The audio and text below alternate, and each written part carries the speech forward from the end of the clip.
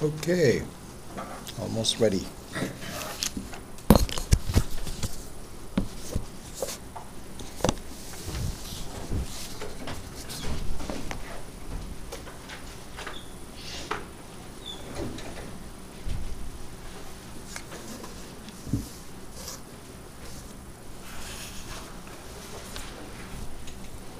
Okay, shall we start? Om Sahana Vavatu Sahanau Bhunaktu Sahaviryam Karavavahai Tejasvinavadhitamastu ma vidvishavahai. Om Shanti Shanti Shanti.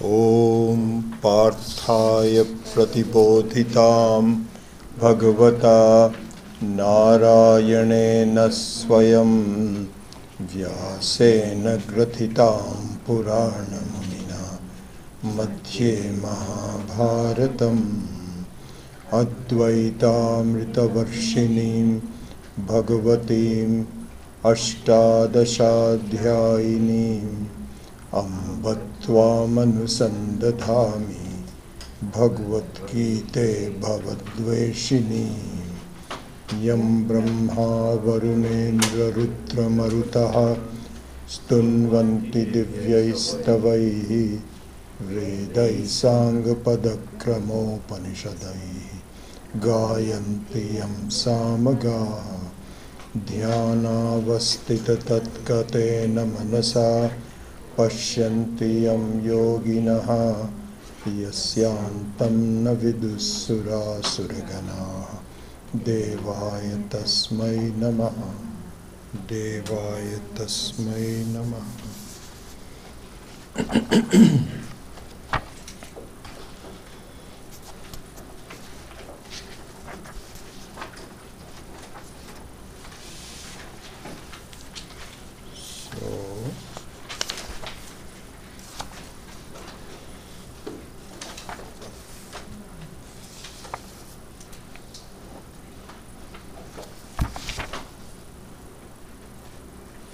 So let us chant from chapter number 7, verse number 13.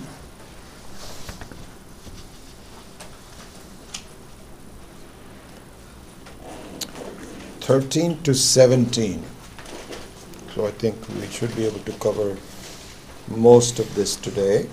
So let's chant with starting with verse number 13. Tribhir gunai mayaihi bhavai ebhihi.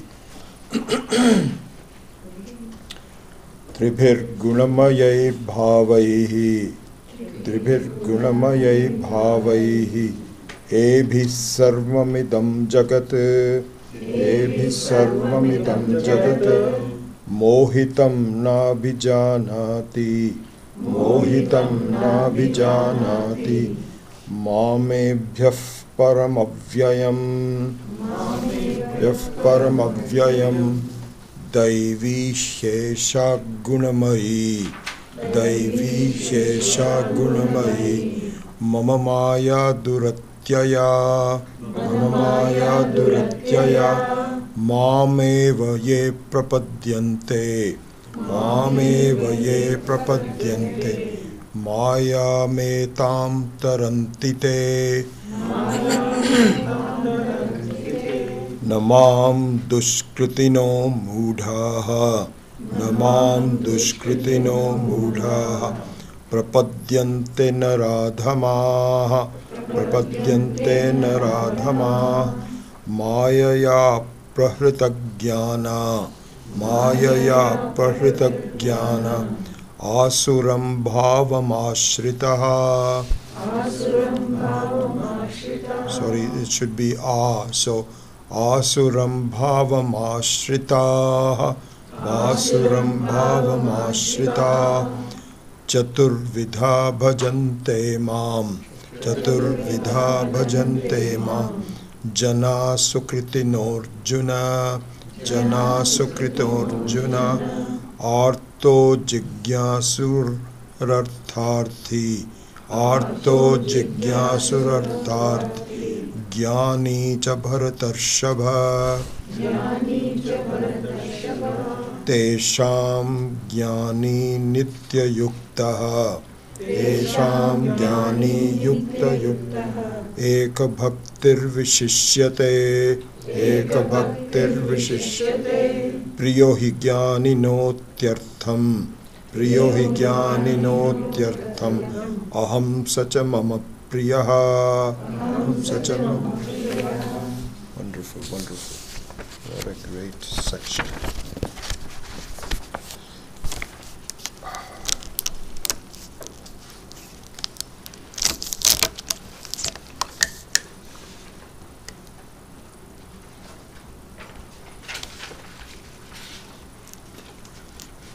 Well, I survived. I'm back here.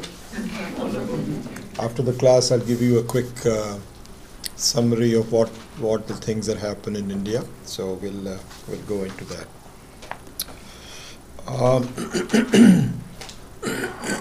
Excuse me. Since it's been a while,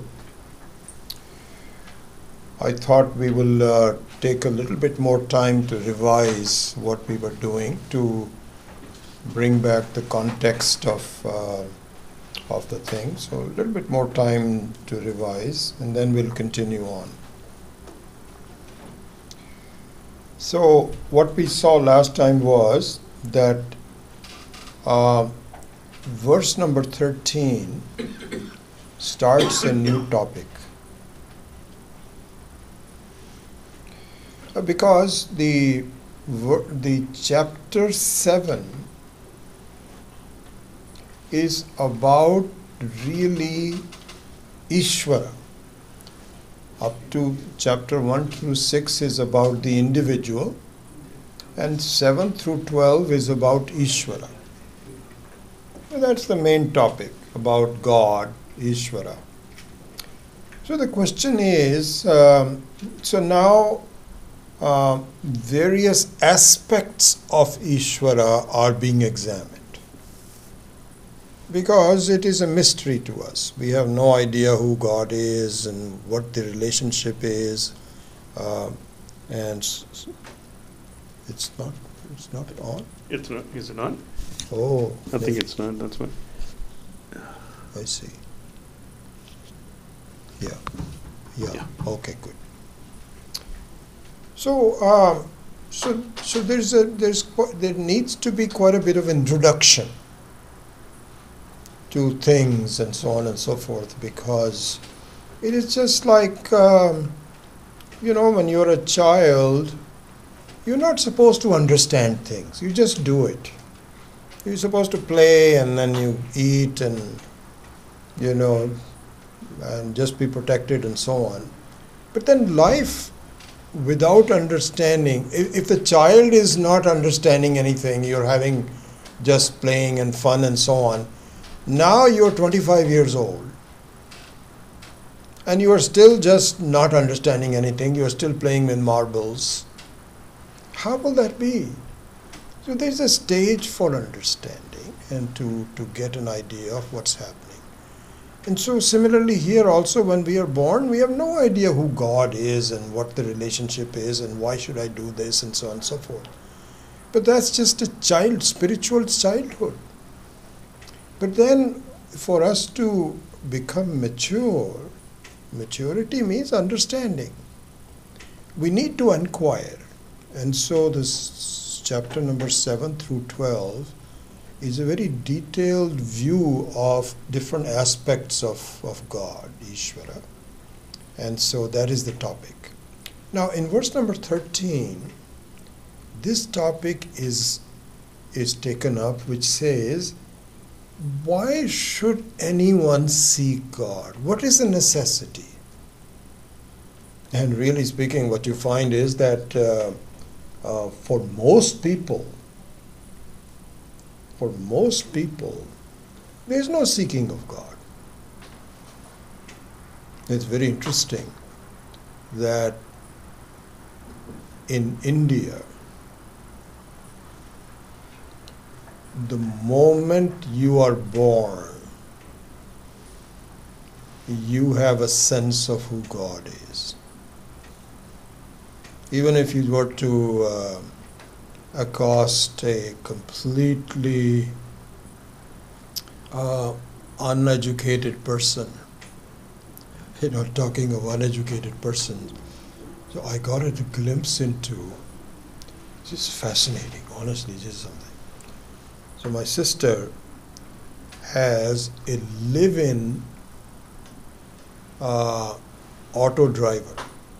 She depends on the car a lot. She goes to lots of places and so on. She's getting old. And so one of these quarters in the home is meant for Ram Singh, who is the driver. There's a cook and so on, but his job is to drive, and he's a very wonderful person and so on. I found out that this guy, Ram Singh, who is now, I think, 50 years old, so on and so forth, has had no education whatsoever. Now, you know what the implication of that is? He cannot read signs. He cannot read signs. He doesn't know how to sign. He's passed his driving exam, and he's a wonderful guy. Because this topic came up when I was coming back from one of the trips and so on. So my sister was telling me that when you come out of the terminal, be between pillars number 8 and 9. So I said, okay, I can understand door number 8 and 9, I'll come out of there. Now Ram Singh doesn't know what is 8 and what is 9. So what he has to do is, he has to have some other visuals that he can say that there is a roof that is protruding outside. Aap wahan par aa jaiye. You come there, then I'll meet you there. I was fascinated. It's a person that does not know how to read signs, know nothing at all. So really speaking, in most cases, so back to India, but even a person like Ram Singh or any other, supposing they're an elderly village lady who has never studied or has not so on and so forth, you ask her about Ishvara, she'll say, oh, Bhagwan will take care of me. And so they have a sense of it. In the West, you don't have that as much. This is an amazing thing. Whether they go to a temple or not, and most people do, but there is an innate sense about what God is and how it does. They may have a wrong idea, that's a different thing, but they have an idea. Anyway, I'm just saying this, that really, so we have to educate ourselves as to who is God and so on. So in that topic, it says, why should anyone seek God? I have a lot of problems in my life. And usually I take some help from someone. If I have a medical problem, I go to a doctor. If I have tax problem, I go to such and such. Like that, I can do that. How can God help me? So there, verse 13 starts this topic. And starts by saying that really there are two components of satisfaction in our life, if you look at it. One is something which is specific to each individual, such as health, material success, and so on. And for such worldly problems, worldly remedies are known. The scriptures don't get involved. They'll say you can figure it out, and everybody has their own peculiar problem, and you can take it, so on and so forth. But then there is another element of problems for all humanity, which is common to everyone, and seemingly unsolvable. This is where Shastra says, okay, there is a role for me. Listen to me. So this is an overall sense of mortality.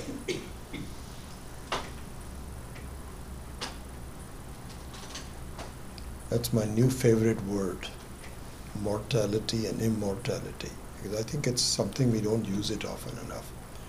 So what this means, we were talking about this in the earlier class also, what it means is that whatever I do in my life, whatever problems I have, however I tackle them, etc., and we have different ways of tackling them and so on, there is one common background which encompasses all of my activities, which is that I'm a mortal person. This is an underlying assumption that is the basis of everything in my life. I'm a mortal person. Mortal person means I was born on a particular day and I'm going to die at a particular time. Just imagine. This is common to everyone. And the only thing that I don't feel, I don't keep on reminding myself every minute, I'm a mortal person, is because it's useless. What am I going to do? I might as well get on with my life and let it be in the background. I know it, but it doesn't mean that it's going to go away. It's not like saying, I think I am immortal. No. That thought never even occurs to me. Sometimes I feel that, it is amazing that there was quite a bit of discussion on this in our teaching with Swami Dayanand Ji also and so on. That one of the reasons we don't obsess about our mortality is because basically inside we know we are not mortal. If we were absolutely sure that we are mortal, I think we would obsess a little bit more. Anyway, that's just a fine point. The fact of the matter is that all my life is based on a sense of incompleteness. All of these things are just an offshoot of mortality. A sense of incompleteness, insecurity, unease, uncertainty about the future, etc. And no matter what one does, there appears to be no remedies. You cannot escape mortality. What are you going to do? And so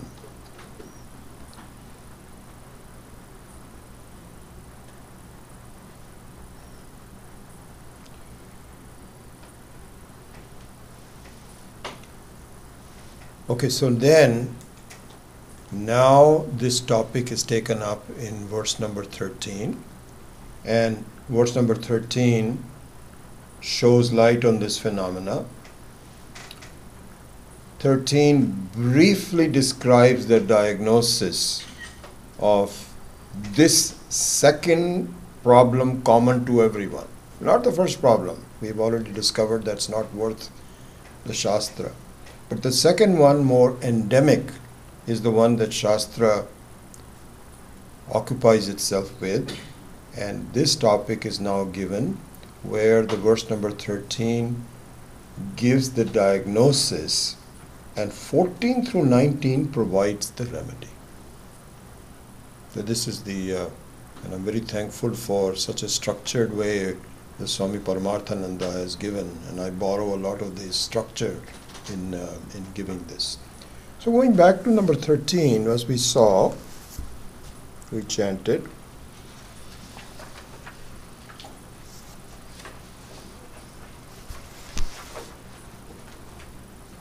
in fact, let me wait to tie it to the Sanskritam on verse number 13 until we go through an explanation. So number 13 says that you should know that every human being, actually all being, but we are now concerned with human beings who have the ability to inquire, to discriminate and so on and so forth. So this is addressing human beings, that every human being is endowed with two segments to their nature. What is called para prakriti and apara prakriti. We did that last time when we met. Higher nature and a lower nature. Everyone. We have two different kinds of natures. So, the lower nature, let's look at the lower nature first. So this is called apara prakriti. So the apara prakriti consists of what I objectify in my life. Whatever I objectify in my life falls under apara prakriti. And what I objectify in my life is, very interestingly enough, both the observed and the observer.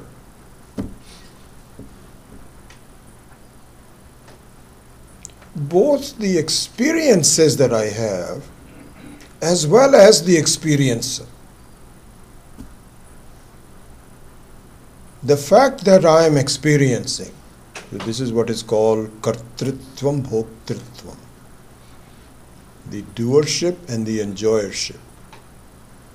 And so there are two aspects to this. So one is the outside world, so-called outside world, which I know is not me. And the other one which I take to be me, but I still objectify it. And what I objectify it is as by saying, I did this. Yeah, I'm responsible for doing this. And I am suffering because of that. Now, this happened to me recently when I was, I'll tell you about, I don't want to go and bore you about my sickness, but I think that because of some of the severe impact of the pollution, my whole body was just, was in reaction. And I made it worse by not looking at the weather in Indore when I went there. And I did not have enough warm clothing, and I got cold, and this is where I caught pneumonia. And I knew it. I made a mistake, and I'm paying for it. This is called bhoktritvam kartritvam. And also, so this is not about the outside world, it's about me, what I take myself to be, which I'm also experiencing. Both fall under apara prakriti. This is called apara prakriti. Means anything that you observe is under apara prakriti. And that has two components. One is the so-called outside world and the other one is the so-called inside world. Okay? So in this one, the thing is that what characterizes the apara prakriti is that it is constantly in flux, always moving. You cannot grapple with it. You cannot stop it. It is just beyond you. It's just continuously moving from one state to the other. And I want it to stop, but I can't.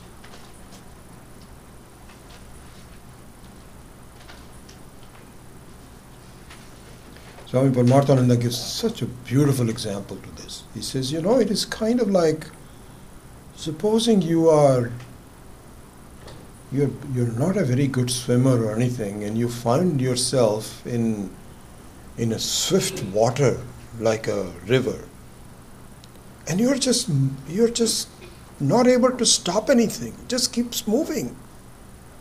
You would go and halt to something, that also keeps sliding. This is exactly what happens in our life. That just when you think, this is what I want to do, I want to be secure by doing this, that thing that you are holding on to also becomes insecure. Swami Dayanand used to say that no matter how many insecure things you surround yourself with, you will still remain insecure. Now, so enough said about that. I want to go on. Whereas the Paraprakriti, your higher nature, is just the opposite. Just the opposite. How is it the opposite? Because it is not in a flux. It does not move. It's very solid. You can hang on to it. But we don't. We don't.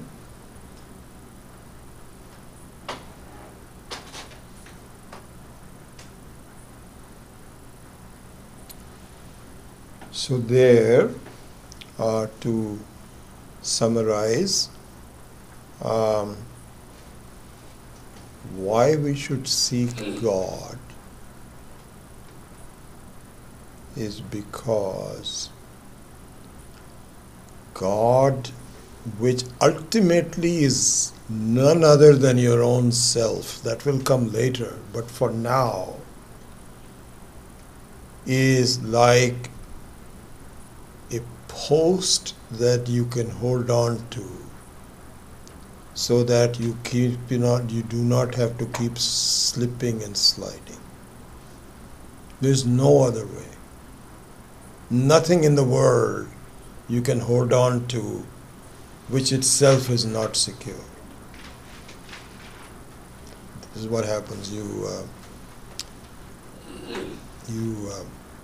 This is how marriages take place.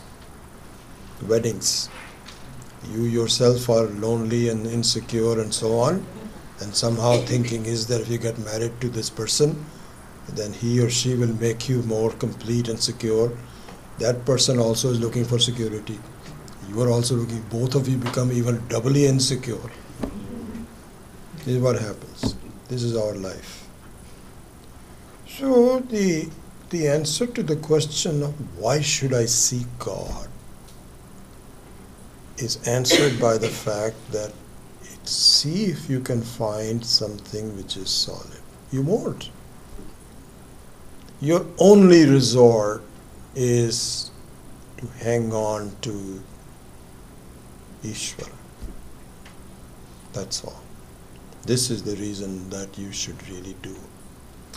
But at this point, just at least look at it, and then you need to more clarity on why that is true and so on. So then now we can go back to 13.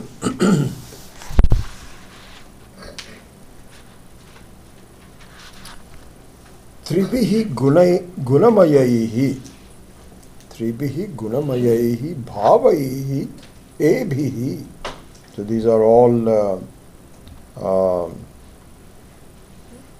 in the same sequence. That ebhihi means this.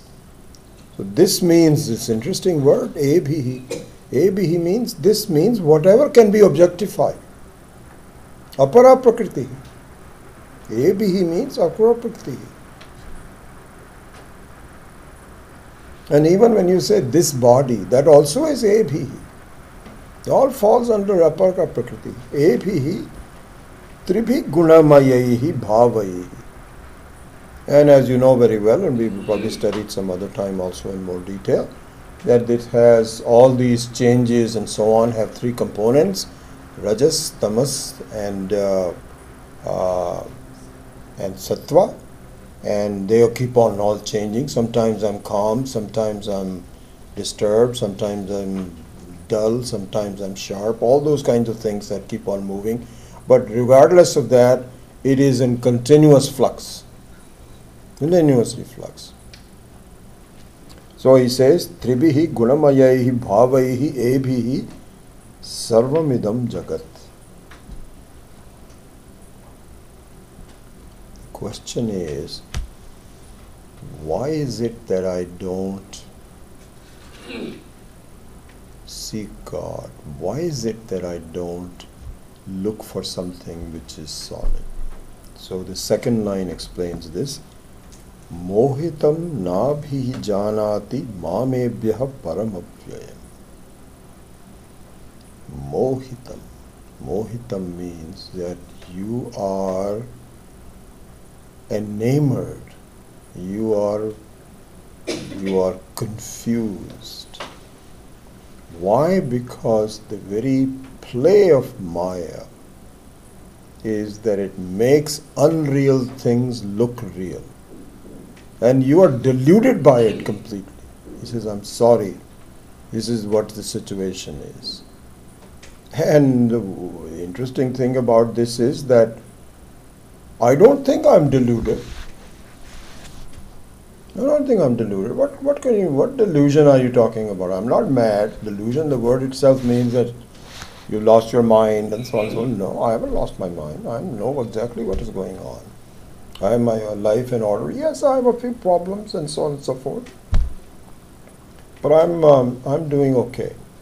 Remember I gave you this example, I think it was the last time, where there was a satsang that Swamiji Dayanandji had given, where somebody asked a question, Swamiji, I have a very good friend, and I really like her, and I would like her to come and listen to you, but she never wants to come. She says, no, my life is completely okay, and so on and so forth, and I don't need Vedanta. So what should I tell? This was a real question in a recorded video of Swami satsang with Swamiji. The Swamiji said, tell her, okay, don't come. Don't come to Vedanta. You don't have to come. It doesn't matter. Don't say, no, you're wrong. You must come, this, that, or the other. Don't say things like that. Just say it's okay. But then keep the conversation going. Very beautiful advice. Keep the conversation. Don't switch the topic. Seemingly switch the topic, but keep this in mind. Ask her, so how are things in your life? She says, oh, they're okay, but it always is a thing. There's always a but at the end of that. Things are okay, but my children, they're okay. What about your job? The job really is, what a huge problem that is. I'm not happy with it. My boss absolutely sucks, and this, that, or the other. What about your marriage? There people are not willing to just divulge, but inside information is that they're not happy. So you keep this conversation going. And at the end of that, you convince the person that your life is a mess.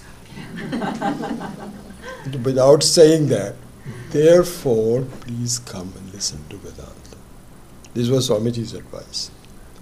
So this is exactly the situation is that mohitam, he says, mohitam nabhijanati. People are deluded, but they don't know they're deluded. They think this is all okay. I'll solve it. I have job problems, I'll solve it.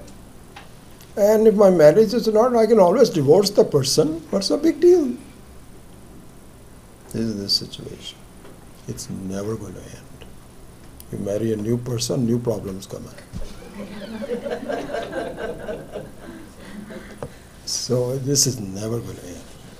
You might as well entertain something different. So this is the situation.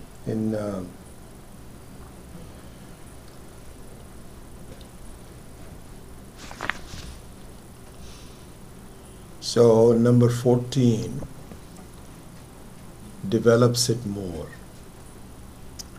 The question is, why don't I invoke my Paraprakriti? If I have my higher nature, why is it that I don't take refuge in that? Why am I being so foolish in just going through all the problems and so on and so forth? So in number 14 he says, I have to tell you, I'm sorry. This Maya Shakti is not easy to cross. So he says, Daivihi esha gunamayi mama maya duratyaya. This is an often quoted thing in the Gita, that duratyaya means not easy to cross. Don't think this is just by listening to a couple of times in the class, you're just going to get it and say, okay, I made a mistake, this is a delusion. Not going to happen. You have to really turn around the ship. But the fact of the matter is that it is true. So you have to pursue it. And life becomes a test to see whether you are ready to pursue it. Then he says, the second line of verse number 14, Mam eva ye prapadyante mayam etam tarantite. He says, please take the first step and the Maya will disappear. It will eventually, this is my doing.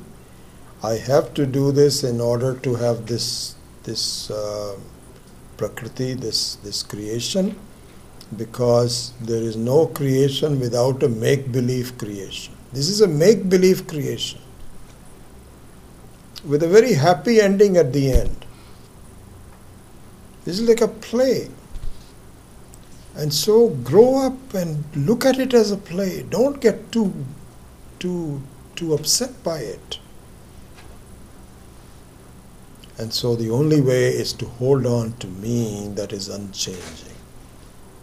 And I'll show you how this is done. So now we are into the remedy phases.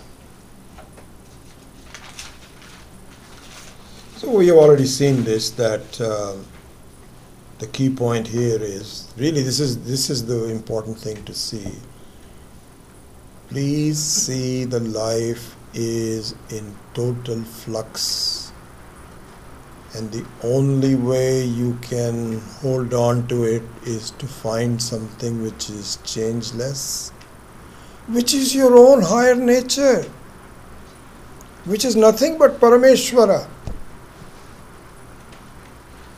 But at least start to at least entertain the possibility. So here Krishna says, Mameva ye prapadyante mayam etam tarantite. Krishna says, take my refuge. I am changeless, secure, fulfilled. Hold on to me. Okay.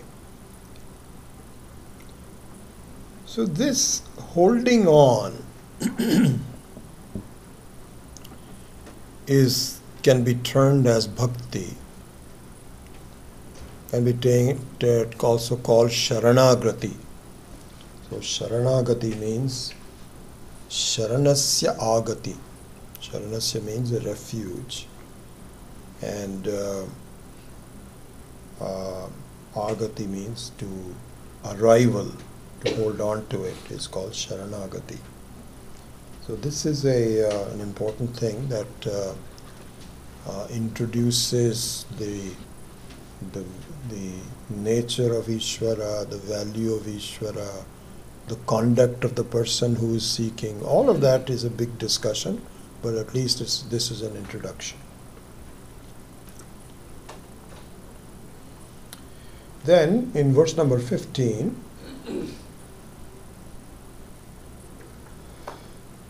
a grading and a sequence of the bhakti is given.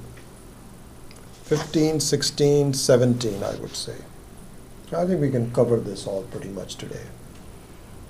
It's still revision actually. 17 is new. We might come to 17, but 16 we had done up to last time, so this is still revision. But in 15 and 16, now that the topic of Sharanagati or Bhakti has been introduced, there is in fact a discussion of the grading of Bhakti. And the grading of Bhakti starts by having no Bhakti at all.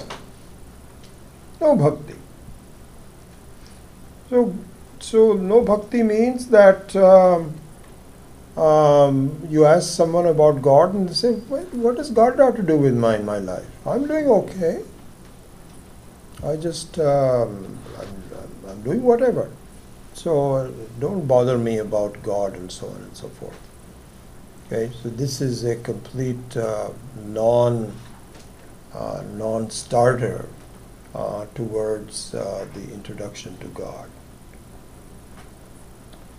So this is what is given in number 15. Namam duskritino mudhaha prapadyante naradhamaha maya aparita jnanaha asuram bhavam ashritaha. So he says that there is a class of people, and there always will be. Not as though this is going to go on and so on. The majority of the people are like that actually. They don't think that this is very important. I am responsible for my life. And one of the issues with this that happens is that if they lead a clean enough life, then there is a possibility that you are getting yourself ready for an introduction to God. But they don't. And so the fact that you have a complete, you're devoid of the very concept of God means that you create your own life. And recently, this is very interesting. Have you heard of this cheating scandal by the Houston Astros? Now look at this. This is such an interesting thing. So we know that much of the business that is done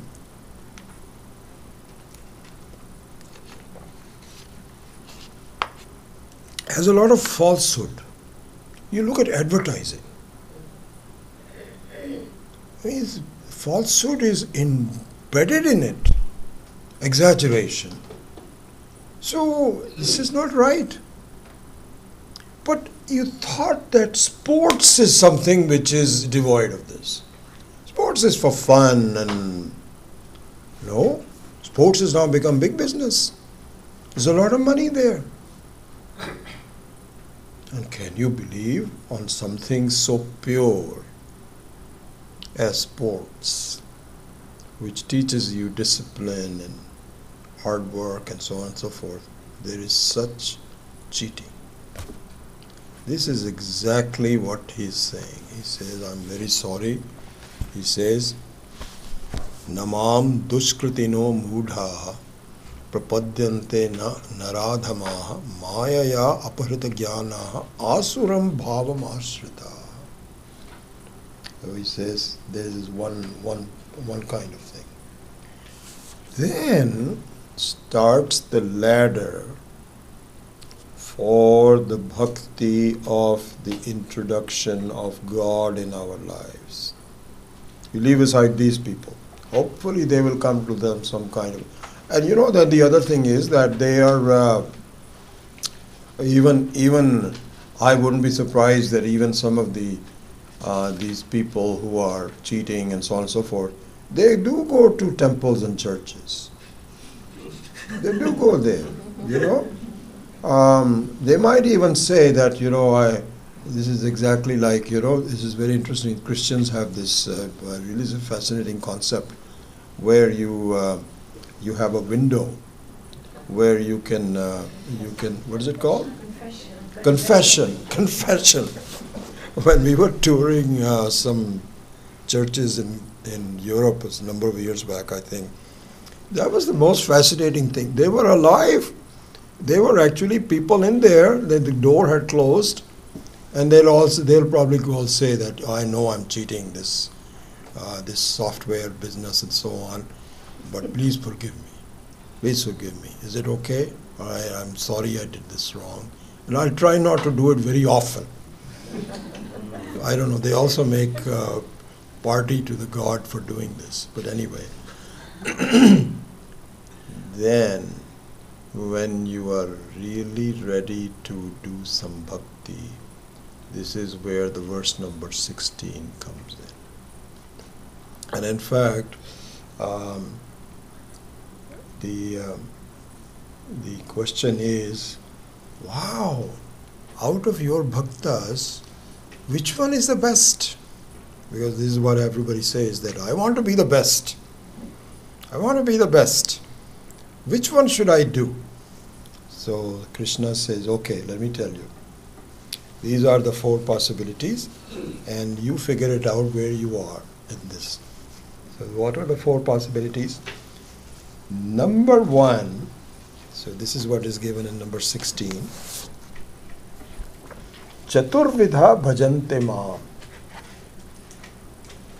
This is one of those verses that you should, if you ever want to memorize, do it. This is a very often quoted verse and something that really should keep us in our mind. Chaturvidha bhajante maam. He says, leave aside those earlier ones that don't even care about me, but the ones who are beginning to care about me, there are 4 types.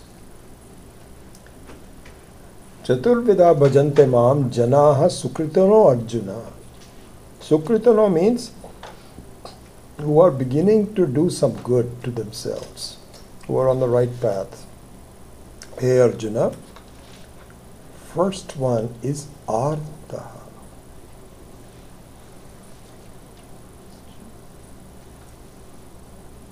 One is artha. Artha means one who are in trouble, in distress. This is called distress bhakti. Means that everything else has not worked for them and they are in deep trouble. Some inner voice tells them, I might as well try God. Nothing else is really working. And I'm told there is God. Maybe I should try God. And so you do some bhakti, but this is very temporary bhakti. As soon as your troubles are over, you go back again to know God. But during that time, you make some effort and so on. So this is the start of the first one, artha. So, the second one is better than that person, is called artharthi. Artharthi. So this one, instead of being negative in reducing your problem, is positive in enhancing your sukham, your happiness. And you figure out that there is a possibility that there are some external forces that I don't see. So this is growth. This is growth in your understanding. There is some external forces are there, not visible to me. I might as well invoke them. This is what they say. That is interesting. They say that it is better, if you don't know whether there is God or not, you better be safe and assume He is there. Because if you say there is no God and He turns out to be, this will turn out very bad for you. But if you say there is God and there is none, at least you have a little better life than that. So give yourself the doubt. And anyways, that is just a background story. But the second one, artharthi, means one who is beginning to see the value of some external forces not visible to me and to invoke them. But in that case also, so in number 1 and 2, what I think what Swami Paramarthananda had said is that both number 1 and 2 are what would be called contract bhakti. I give you this, I'm willing to visit the temple, and on these special occasions give money, and I might even donate some for charity and so on and so forth. But you better be good to me.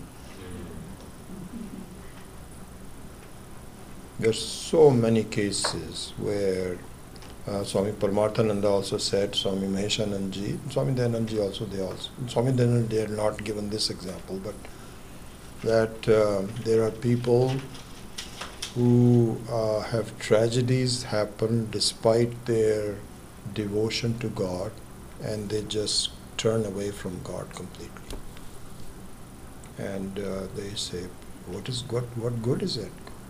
I've been praying, I've been wasting my time, I should be doing something else. And nothing came out of it. So all this is based on faith. All this is based on kind of like a contract. And also is the very backbone of religious thinking. Religious thinking.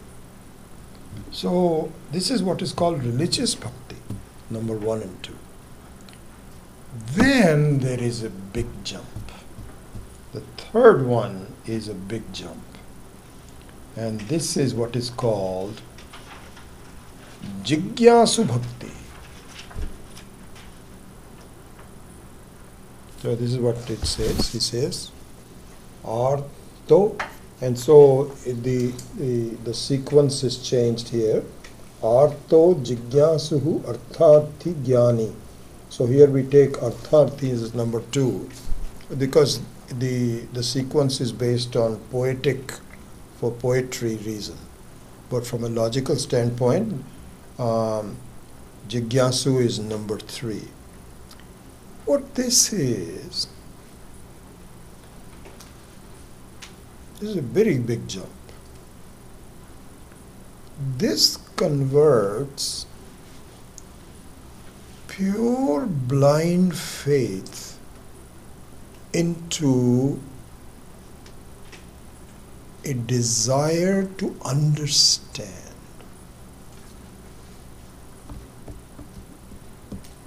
Desire to understand. And I think I even in the last class I gave this example, so I don't mind repeating it. This happened to me. That the whole process of getting to know God and so on was a process. It took me a while. And only when I met Swami Dayanandji, I got converted into a jigyasu. And what that means is this.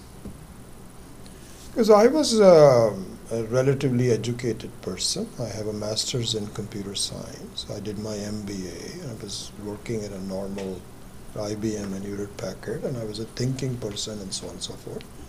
And I had this kind of like a show it to me.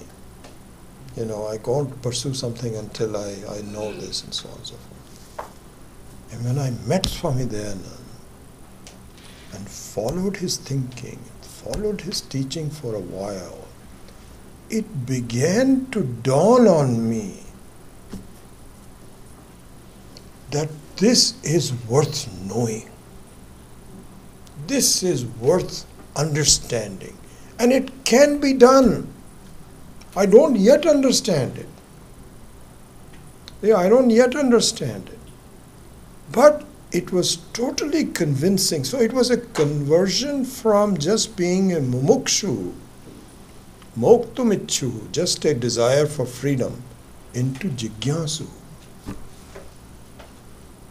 I've changed my life and created a havoc for my family. I approached my wife and said, I want to study this 2.5. She says, what? You're going to give up your job? What about us? All kinds of problems occurred. But inside I was convinced this needs to be done. This is the most important thing in my life. This is what is called jigyasu. When that happens, you go through the study systematically over a period of time. Here Swami Paramarthananda is so articulate in saying that. He says, it's not a matter of just a couple of classes and so on and so forth. Inside you say, my gosh, there is some depth in it, and it is worth for me to pursue this, and I want to really get into it. What does it take? How many classes? What text should I study? This is where the whole thing starts. No one has to tell you what to do. You yourself will sort of... this is what is called jigyasu. This is the higher level of bhakti. This is the higher level of bhakti, because it is if you have problems in your life, you don't throw the baby with the bathwater. You say, that's because I have not completely understood it yet, and you keep going. Well, this is a very big thing. So yeah, this is interesting. Ishvara Prapti becomes Ishvara Jnana Prapti. The acquisition of godliness becomes an understanding of how it works.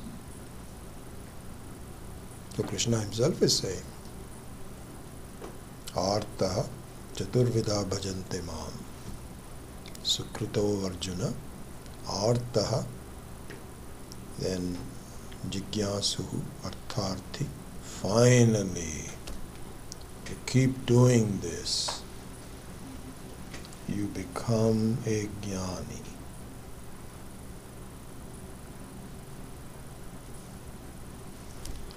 And a jnani, and this is something peculiar to Vedanta. It is not as though you keep doing it and you may go to heaven.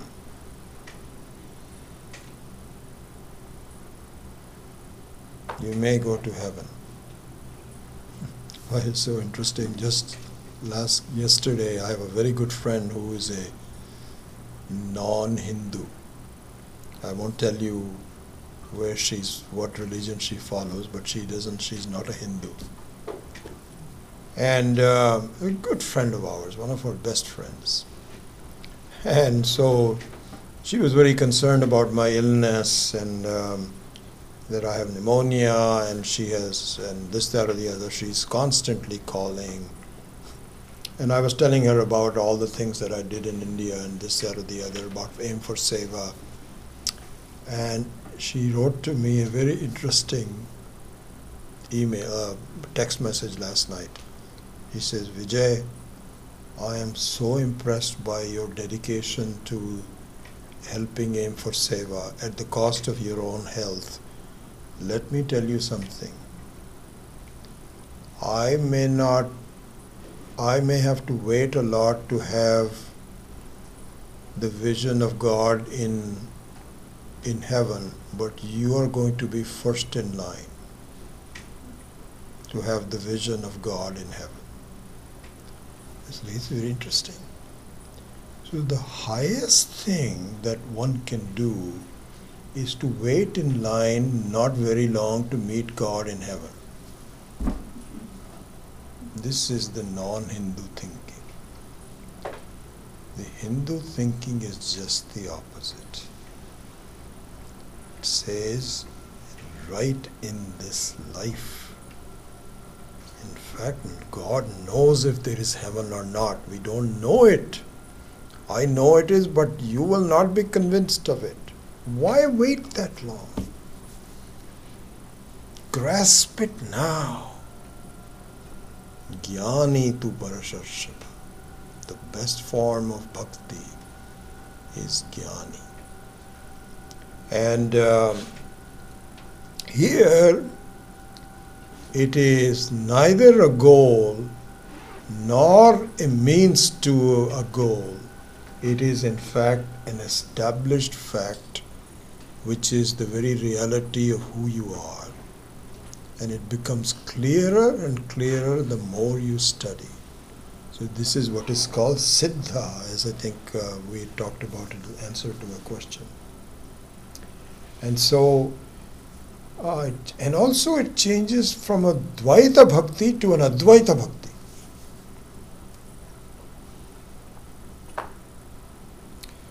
So this is explained in more detail in verse number 17. And I think in the interest of time, I will defer going into verse number 17. But it really enhances the understanding of these four different kinds of bhaktis, and also dispels some misconceptions about bhakti, jnanam, karma, etc. Beautiful verse, number 17. And as kind of I predicted, we took so long to revise last time that I don't have enough time to really do justice to 17. So it is best that we leave it for next class, and we will take it then. So I will spend some time just answering your questions and also telling you a little bit about my visit to India. So with that, I'll close off with a prayer. Om Asato Ma Satkamaya Tamaso Ma Jyotirgamaya Mrityor Ma Amritam Gamaya Om Purnamadav Purnamidam Purnat Purnamudachyate Purnasya Purnamadaya Purnamevavashishyate Om Shanti Shanti Shanti Hari Om Shri Gurubhyo Namaha Hari Om. Any questions about today's class? Yeah. Last comment that you have is the word, there is the reason to study Vedanta or Bhagavad Gita. With the last comment being which one? The one About who is Jnani, yeah. Yeah. why one should study Vedanta. Yeah. Why? Yeah. This is unique to Vedic knowledge. It's not available anywhere. Because in all other cases, you have to give up this life to attain the next life and so on. We said no. If you want to do it, you can do that. It's not as though we are not opposed to it, but why wait? The only reason to wait is that my progress in this life is not fast enough. But let it be fast. Give up other things. This is a great opportunity. Not easy to become a human being. And God knows what will happen. So do it now. So, yeah. And I think, just sorry, Meera, just 1 second. The difference between religiosity and spirituality should also become very apparent. So the difference is that in religion, you ask for a conducive outside world to me. This is what religion is all about. You make it conducive. You want to be part of a bigger molecule. You want God to be helpful to you. In spirituality, you don't ask for any changes except in your own self, your own attitude, the way you look at things. This is what spirituality means. It has nothing to do with asking for any results from outside, because there is nothing wrong with the world. But my lack of understanding creates the problem, and so spirituality means to improve my own thinking.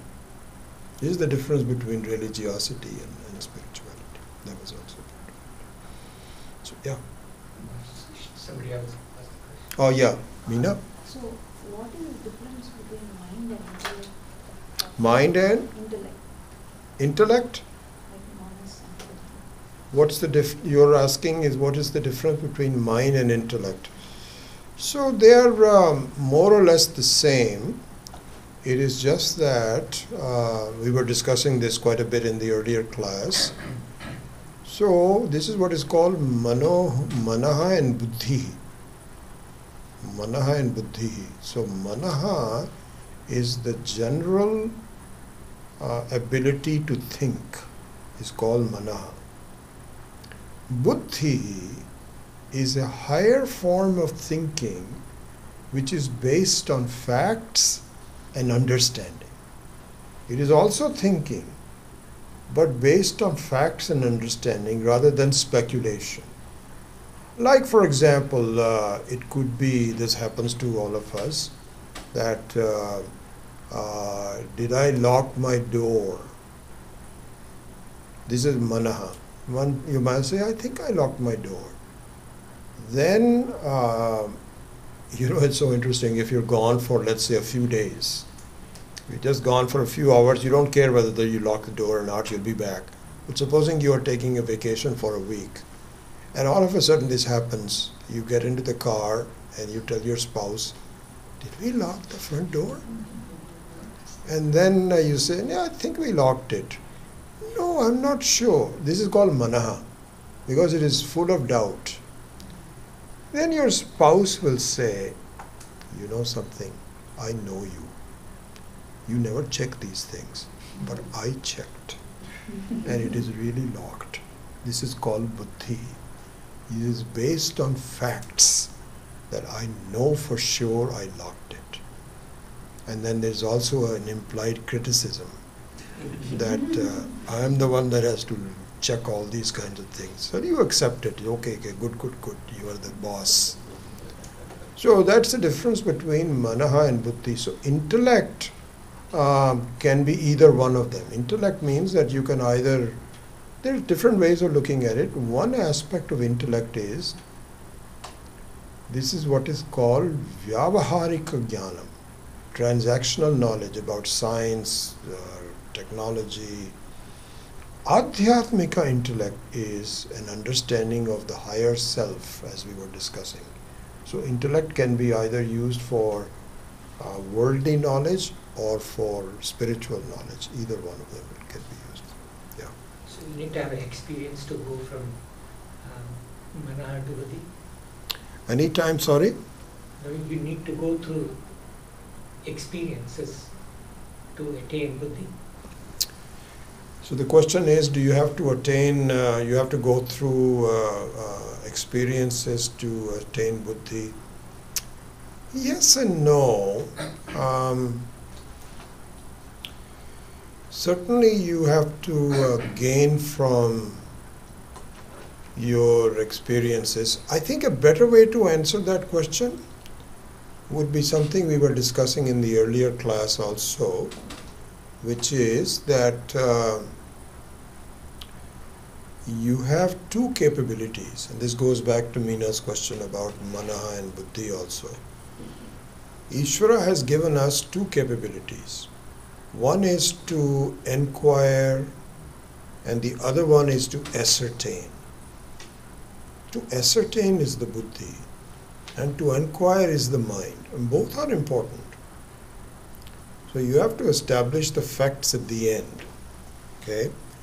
So buddhi would mean that yes, you have to look at your experiences and draw conclusions from it, and come up with an ascertainment saying yes, this is the case. Like for instance, just from today's lecture, to see that the whole life is in flux is buddhi. But to be involved in it, not realizing that it is not leading anywhere, is just experiences and mind and so on. But to think and to say, my God, yes, where is the end to this? I have to put a stop to it. What is the way to putting a stop to it? All of that inquiry has to do with buddhi rather than mana. Yeah. Vijayji, you also mentioned siddhi in description of the jnani. Okay. And so, can you expand on what a siddhi is? So the word siddhi can be misused. Oftentimes in the Hindu way of thinking, siddhi means some power. And by the way, that is possible. They say that with a lot of work, you can have some special powers, like levitation. It's possible. They say, I can't believe it, but it's possible.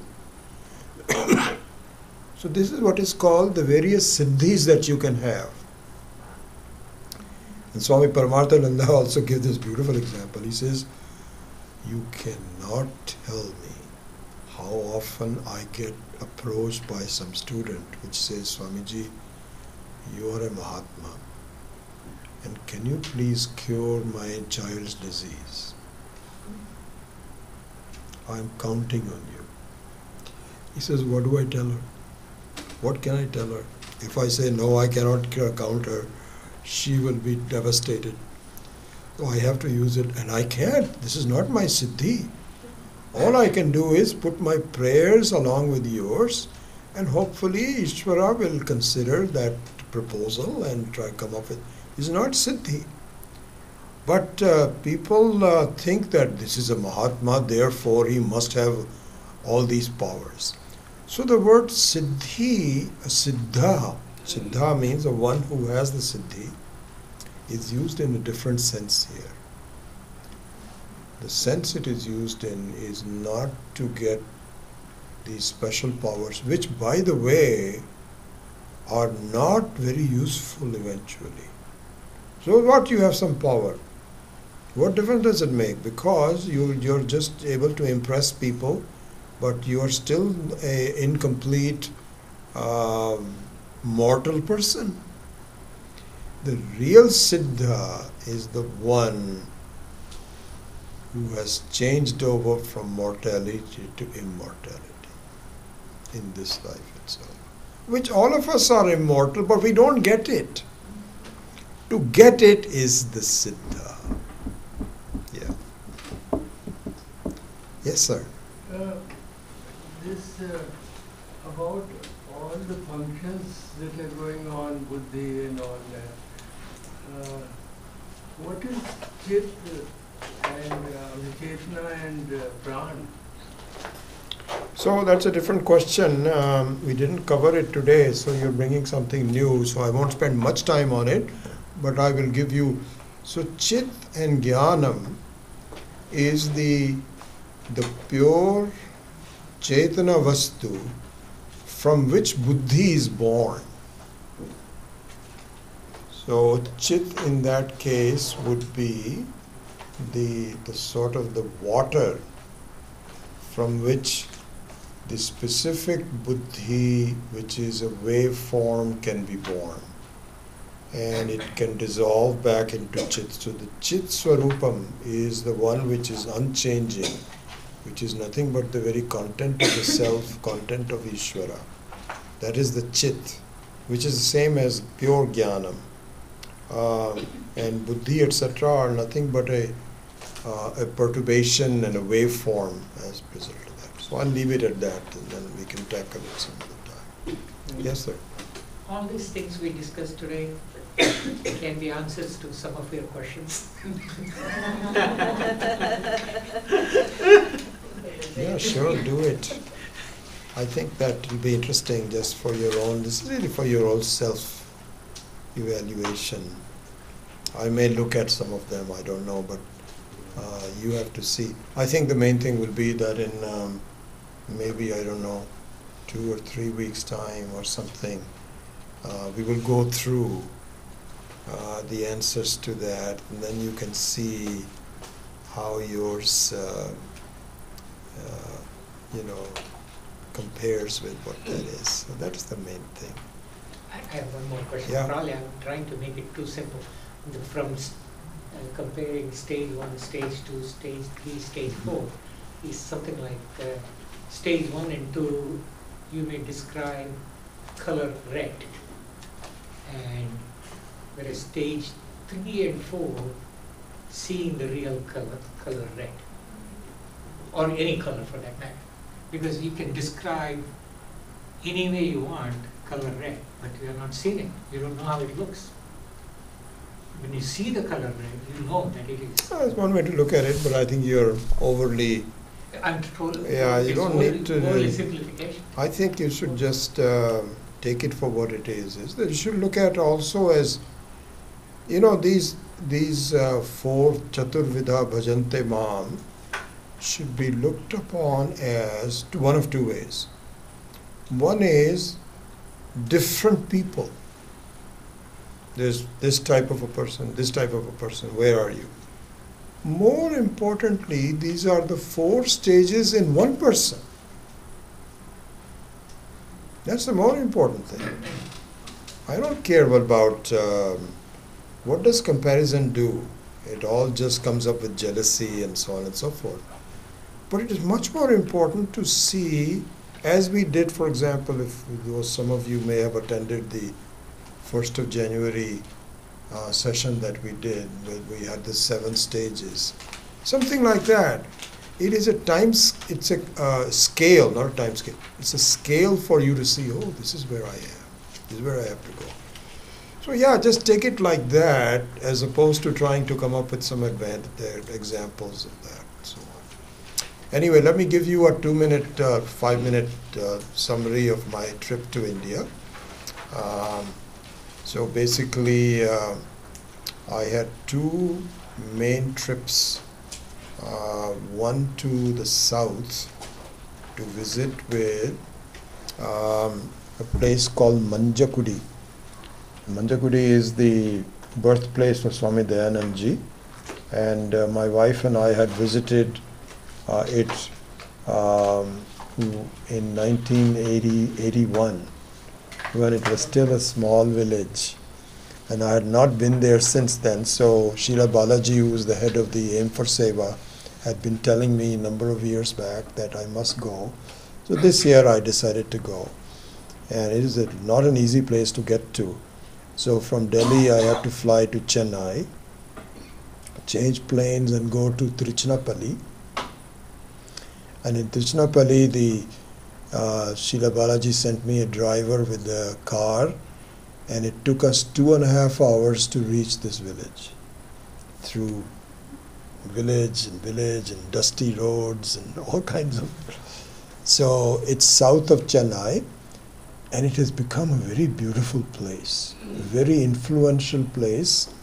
The population of Manjakudi is only about 1,500, and just some traditional Brahmin families that live there and do puja and so on. But so much development has taken place that during the weekday, 4,500 people come there from 150 close villages.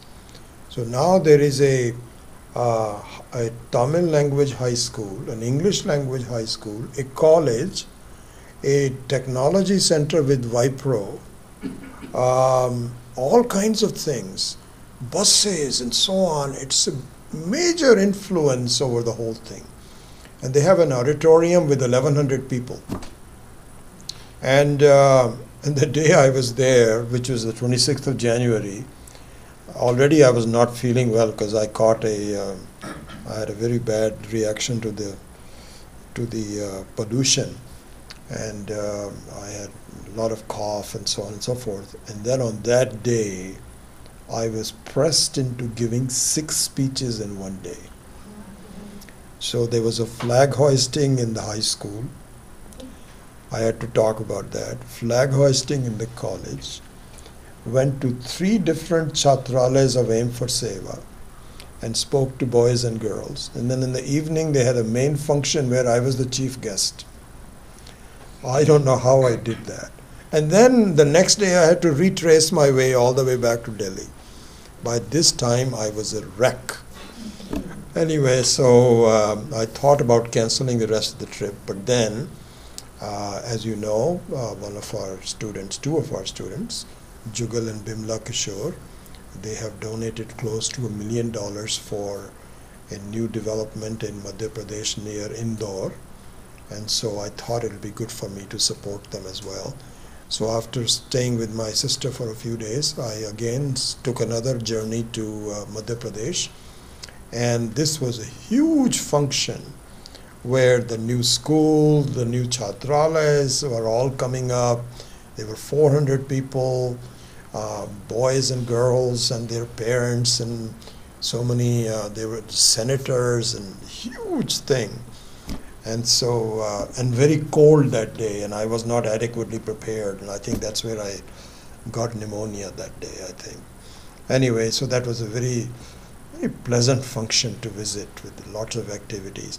And we are trying to make this place as encompassing as Manjakudi. So we can envision that in the next 10-12 years, we will have 2 high schools, 2 chatralayas, training center, buses being built in. So it's just a start of it. So very beautiful. And the Swami there, Swami Aishwaryananda, it's just first class people, so dedicated and so can-do attitude. Nothing is impossible. Yes, we will do this. So we went there, and had a wonderful time there. And then when I came back, my symptoms were not improving, and so I went to a doctor, and I had fever, and so she said, I think I suspect pneumonia, and that's what it turned out to be. So now I'm under treatment, and hopefully in the next couple of weeks I'll be. So my whole family was saying, you're not going to go through 2 classes, you will break down. So I'll tell them, no, I finished both the classes, I'm okay. So anyway, it was a wonderful experience. I hope you have a chance to, especially if you ever go to Manjakudi. They also have a new shrine for Swami Dayanand with a beautiful auditorium, and his murti there, all the recorded talks and so on. They have done a wonderful job of that. Worth visiting sometimes. So beautiful place. So anyway, nice to be back amongst you, and we will see you next week.